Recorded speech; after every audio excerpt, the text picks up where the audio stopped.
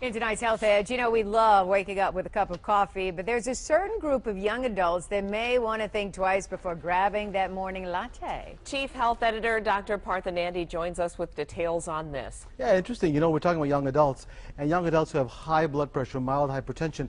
This new study observed patients between the ages of 18 and 45 who had stage 1 hypertension and were not being treated. So researchers found that those drinking coffee had an increased risk for cardiovascular events, mainly heart attacks. So heavy coffee drinkers, those who consume 4 or more cups a day, had 4 times the risk. And moderate drinkers, 1 to 3 cups, tripled their risk for a cardiac event.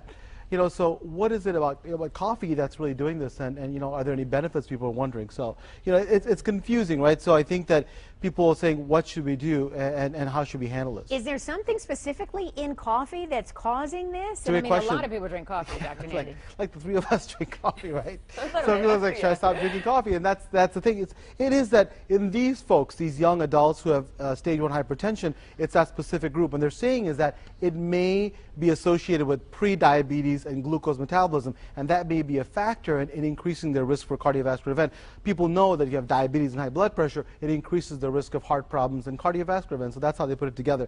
But it's just one study. It wouldn't draw a lot of conclusions. But if you're a young adult and you have high blood pressure, maybe hold off on the coffee is what I would say. Don't drink too much. Yeah. All right, Doc, so talk to us about this new study about hangovers that just came out. Yeah, before I say that, I just wanted to say real quick, there's a lot of benefits for coffee as well. It's confusing because if you're not a hypertensive, then there are some studies that show that it could help to prevent some cancer, Parkinson's, so stay tuned for that. Now, the hangovers, everybody wants to know about this. Some people drink coffee to cure their hangovers.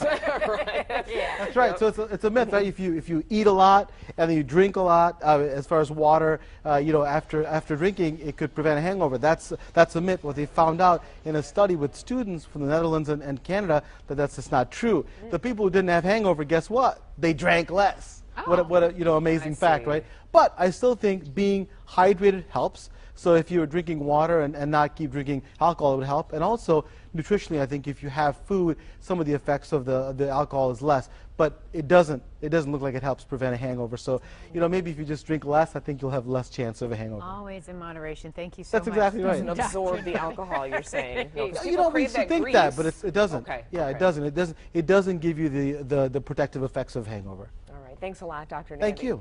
And if you have a question or health concern for the good doctor, you can email him at drnandi@wxyz.com or send it to us, Facebook and Twitter, and we'll get it to him.